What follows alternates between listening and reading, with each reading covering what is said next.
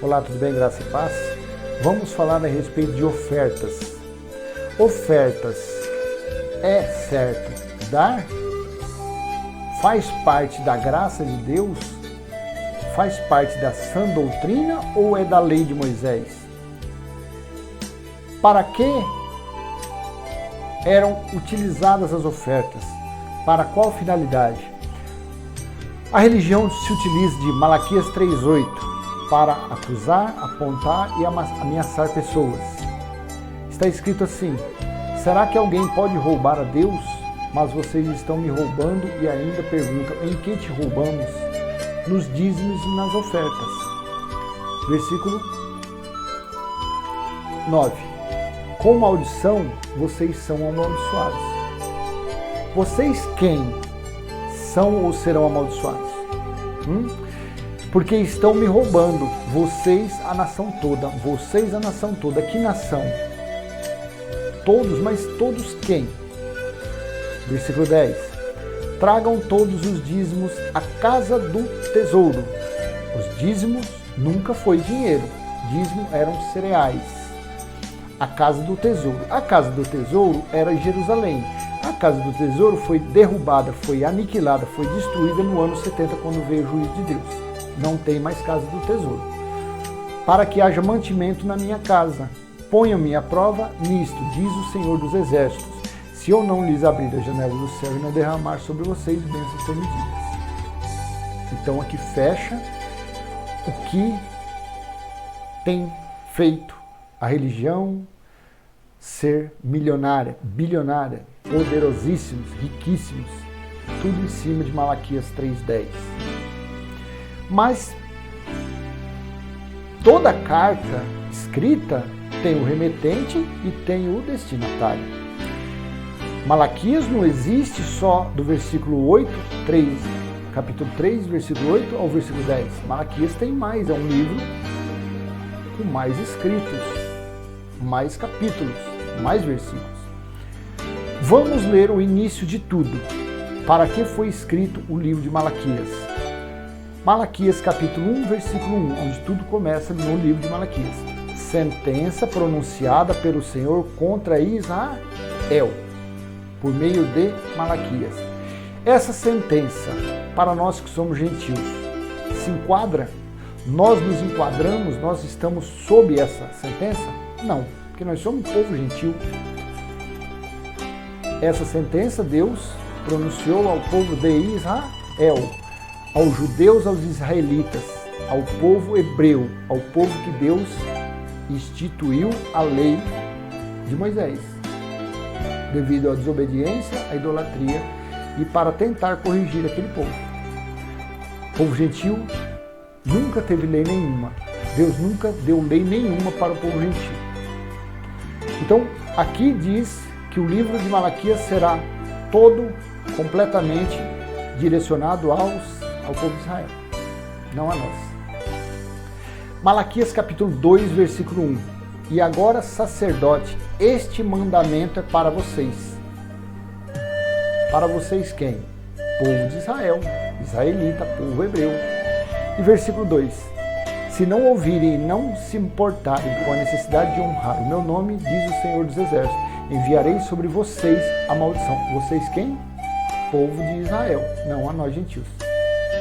Diz o Senhor dos Exércitos, enviarei sobre vocês a maldição e amaldiçoarei as suas bênçãos. Aliás, já as amaldiçoei, porque vocês não se importaram com a honra devida ao meu nome. Vocês quem?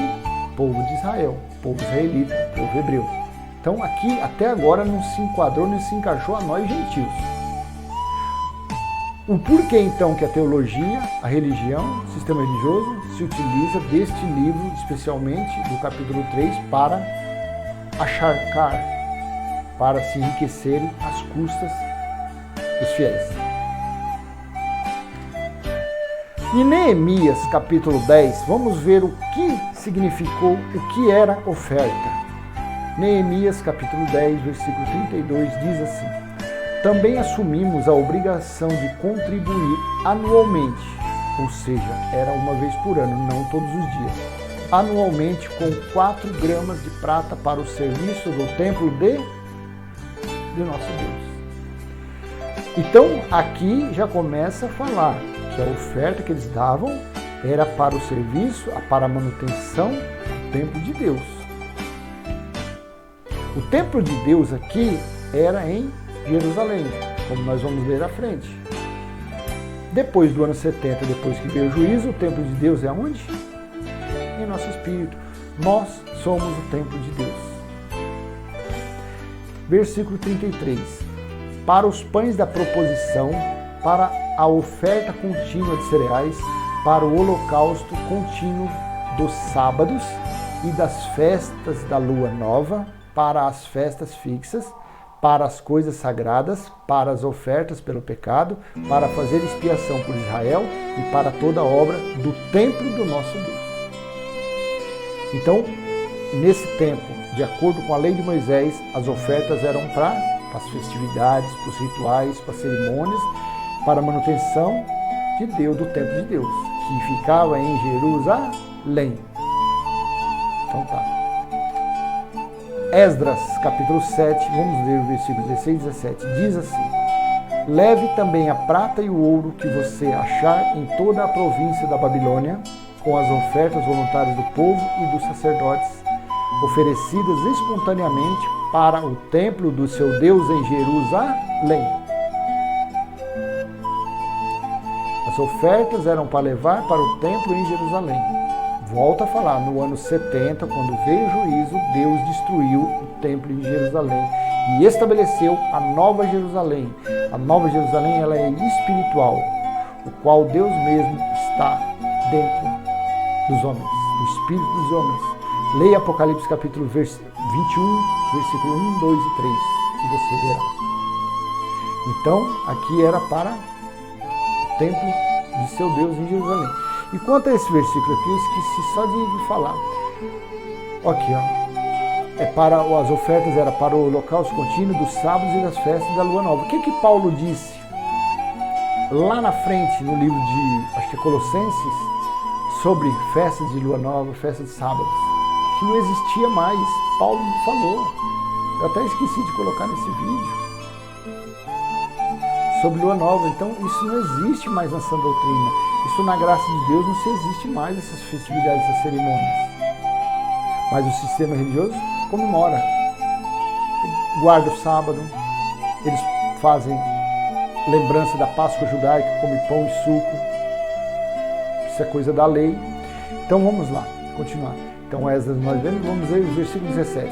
Empregue esse dinheiro com diligência e compre novilhos. Veja bem, quando Deus instituiu o dízimo lá em Deuteronômio 14, ele falou dos cereais, quando fizesse a colheita, tirar a 10ª parte e levar ao templo de Deus, que ficava em Jerusalém.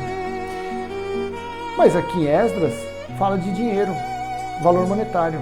Então, se dízimo fosse valor monetário, Deus teria, quando ele instituiu o dízimo, ele teria falado em dinheiro, mas não, foi falado só de alimento. Por que o dízimo? Porque era para alimentar as viúvas, os órfãos, os estrangeiros e os levitas. Era alimento.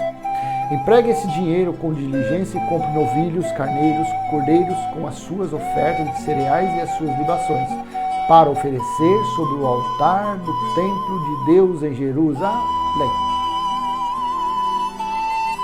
Era para oferecer as ofertas, os sacrifícios, o holocausto no templo de Jerusalém. Esse templo foi destruído, volta a frisar, no ano 70. 2 Coríntios, olha como na graça tem que ser. Olha como que quando está praticando a sã doutrina, está vivendo a Nova Jerusalém como que é. 2 Coríntios, capítulo 9, versículo 7, Paulo disse, pela revelação que recebeu no terceiro céu, disse: cada um contribua, segundo tiver proposto no seu coração, contribuição, não oferta. Não com tristeza ou por necessidade, porque Deus ama quem dá com alegria. Dízima dessa parte. A religião diz para a pessoa pegar o 13º e dar a 10ª parte. Você acha que a pessoa que trabalhou o ano todo, ela está planejando umas férias, comprar presente no final de ano, fazer ceia, fazer aquilo? Você acha que ela vai tirar 10% dos seus ganhos? E tem uns cães gulosos que pedem 30%, viu? Você acha que essa pessoa vai tirar 10% desse 13º dela com alegria, com satisfação? Cada um contribua se tivesse escrito propôs seu coração, não com tristeza ou por necessidade. As pessoas, quase no seu todo, quando dá alguma coisa em um lugar chamado igreja, dá esperando algo em troca, esperando receber alguma bênção. Paulo aqui está falando, cada um contribua, segundo tiver proposto por coração, não com tristeza ou por necessidade. Ou seja, esses lugares que na verdade pedem essas ofertas, dizem, na verdade tem que ser fechado. Porque você não pode contribuir nesses lugares, porque você está ajudando a financiar um sistema fraudulento, mentiroso e enganoso. Então, na verdade, você não tem que nem frequentar esses lugares, quanto mais você dá alguma coisa nesse lugar. Você tem que, depois do ano 70, o templo de Deus somos nós. Deus habita em nosso espírito. Então, o templo que tem que ser feito a manutenção, que tem que ser cuidado, é o templo de Deus hoje. O templo de Deus hoje somos nós. Porque Deus não habita em templos feitos por mãos de homens. Quando você vai num lugar, numa sinagoga, num alçapão desse, na verdade, você está financiando a riqueza do seu mestre, do seu líder, que está pouco se lixando para você. O que faz ele feliz é o seu bolso, é o que você tem. É aquele vale quanto pesa. Está entendendo? Então, se você frequenta um lugar que prega a graça genuína, que não tem fermento da lei de Moisés, fermento mesmo, que não tem nada, não tem batismo, não tem comer pão com suco, não tem jejum, não tem nada da lei. Então você contribua conforme tiver proposto no coração.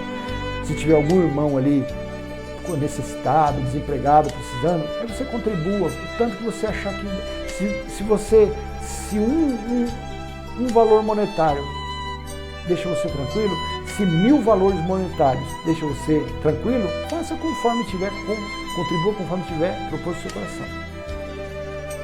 Não com tristeza e não por necessidade. Porque Deus ama quem dá com alegria. Então é assim, não é esse negócio de dízimos e ofertas, é um engano da religião. Na verdade eles se utilizam isso para roubar as pessoas. Porque quem frequenta esses lugares ainda são tratados como ovelhas. E nós somos filhos de Deus. Nós somos herdeiros com Cristo das bênçãos de Deus. O nosso espírito já foi justificado, santificado e redimido. Nós não temos dívida alguma para pagar.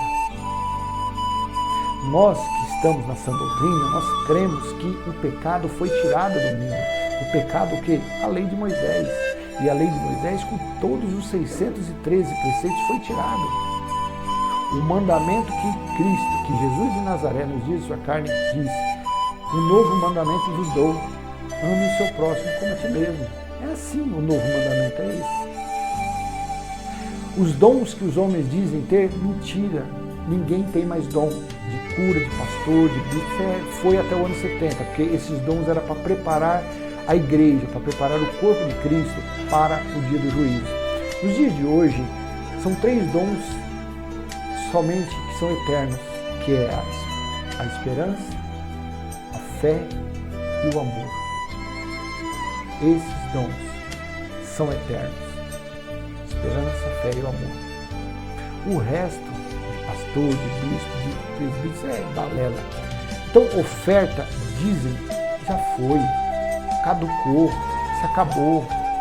Acabou lá quando Jesus disse, tetelestai, está consumado. Lá se acabou tudo isso. E o símbolo maior da lei ainda era a casa do tesouro, que dali a 37 anos foi destruído, quando foi no ano 70, quando veio o juízo de Deus. Então não existe mais a casa de Deus terrena. A casa de Deus hoje é espiritual e está em nosso espírito.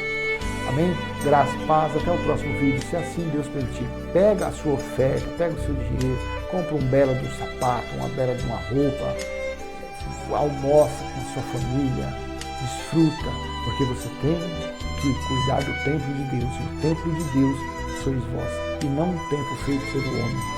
Graça, paz, tchau, tchau, até a próxima.